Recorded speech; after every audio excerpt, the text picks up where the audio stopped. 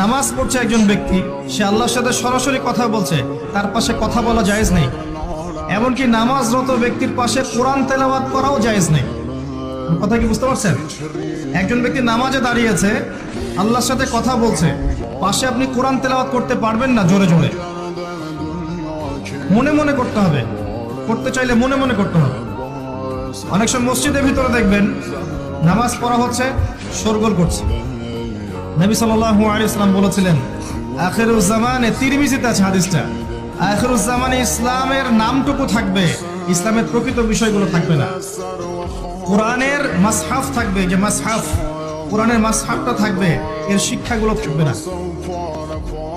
মসজিদগুলো হবে চাকচিক্যময়, কিন্তু মসজিদ হবে হেদায়েত শূন্য। আর চতুর্থ লাইনটা আরো ভয়ঙ্কর। 4 নম্বর লাইনে গিয়ে নবীজি বলেছেন সাল্লাল্লাহু আলাইহি ওয়াসাল্লাম, আসমানের নিচে জমিনের উপরে আল্লাহর সবচেয়ে নিকৃষ্ট সৃষ্টি হবেন এক শ্রেণীর আলেম, যাদের থেকে ফিতনা ছড়াবে এবং তাদের দিকেই ফিতনা ফিরে আসবে। তিরমিজির মধ্যে হাদিসটা আছে, যে কোনো আলেমকে জিজ্ঞাসা করে এটা কোন শ্রেণীর আলেম, এটা বোঝার জন্য আপনার পিএইচডি করার দরকার নাই।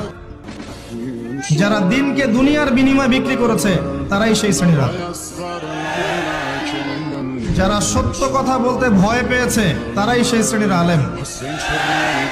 যারা সত্যকে মিথ্যার সাথে মিশ্রিত করেছে তারাই সেই শ্রেণীর আলেম। এবং যারা ইসলামের নামে উম্মাহকে শতদা বিভক্ত করে দিয়েছে এরাই সেই শ্রেণীর আলেম।